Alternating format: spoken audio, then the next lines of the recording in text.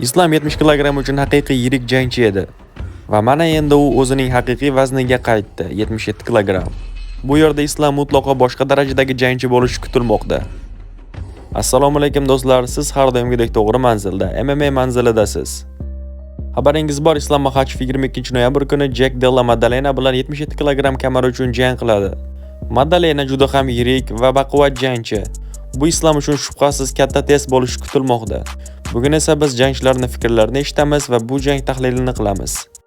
Do'stlar, boshlashimizdan oldin videoga like bosib, kanalimizga obuna bo'lib qo'yish esdan chiqmasin. Islom buyuk jangchi, u juda ham yaxshi qaror qabul qildi. Jack bu haqiqiy qurol. Bilaman, Islom 70 kilogrammdan ortiq jang qilishni xohlamadi. Albatta, Islom Makhachev va Jack Della Maddalena to'qnashuvi yil jangi deya ta'riflanmoqda.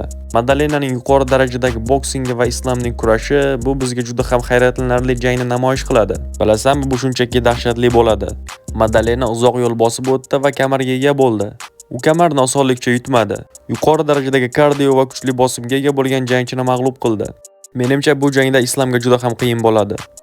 Har qanday jangchi borki, yuqori vaznga ko'tarilsa, albatta uning harakatlari sekinlashadi. O'ylashimcha, Islomda ham shunday holat kuzatiladi. Maddalena bu haqiqiy yirtqich. Agarda Islom nokaut bilan mag'lub bo'lsa, faoliyatini yakunlashiga ishonaman.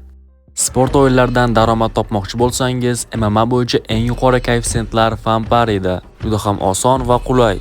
Video kommentariyasida yozilgan havola orqali ro'yxatdan o'ting. Promokod joyiga manzili so'zini kiriting. Agarda siz ro'yxatdan o'tishda ushbu promokodni ishlatadigan bo'lsangiz, birinchi depozitingiz uchun 10 million so'mni qo'lga kiritasiz. Barchaga omad. O'ylashimcha, Islom bu yerda uzoq vaqt qolmaydi. U 70 kilogrammga qaytadi. Islomda ajoyib kurash va oyoq zarbalari bor. Lekin o'ylaymanki, bu unga Maddalena bilan jang qilishga yetmaydi. Jiddiy fenomenal yigit. Men uni faqatgina parterda mag'lub qilish yo'lini ko'raman. Tik holatda esa bu deyarli imkonsiz. Lekin bilasizmi nima, men o'sha yigitman. Men uni nokaut qila oladigan jangchiman.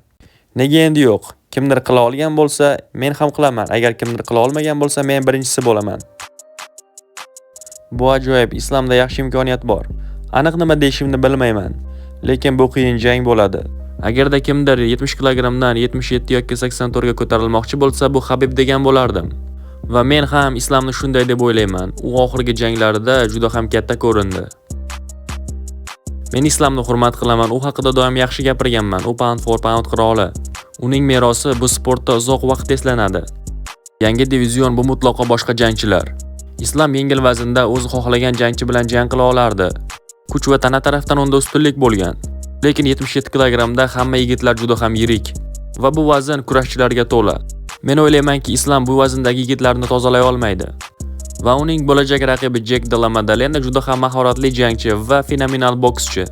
O'ylaymanki, Islom jangda Belal qilgan xatolarni qilmaydi. U bundan xulosa chiqargan.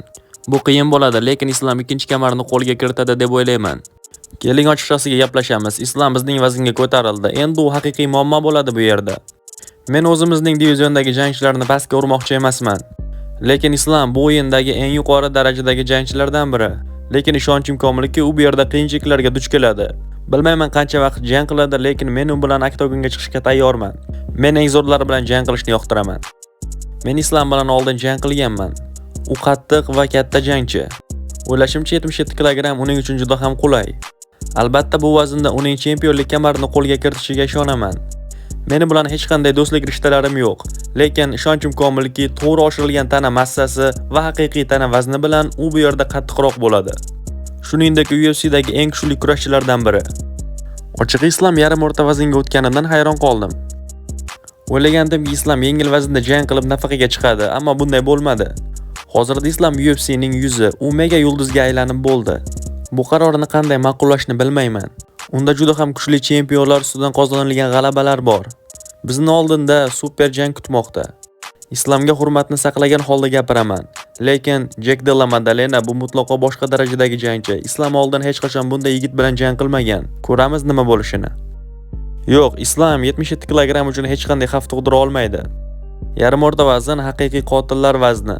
Bu yerda eng kuchli da'vogarlar bor. Shavkat Rahmonov, Sean Brady. Oldin Islom bu vaznga tayyor ekanligini isbotlasin. Islom bu yerda yaxshigina qiyinchiliklarga duch keladi. Divizionimizda juda ham kuchli kurashchilar bor. Uzoq vaqtlardan beri Islomning bu vaznga o'tish haqida mishmishlar yurar edi va nihoyat UFC unga bu imkoniyatni berdi. Ha, o'ylashimcha Islam bu vaznga mutlaqo tushadi. Chunki unda 70 kilogramda yaxshigina muammolar bo'lgan. Vazn tashlash jarayonida uning rasmlarini ko'rganmisiz? Bu yigit chalajon holatda vazn qilardi. Men uning bu qarorini ma'qullayman. Yana bir kuchli jangchi tarix yozish uchun katta qadam qo'ymoqda.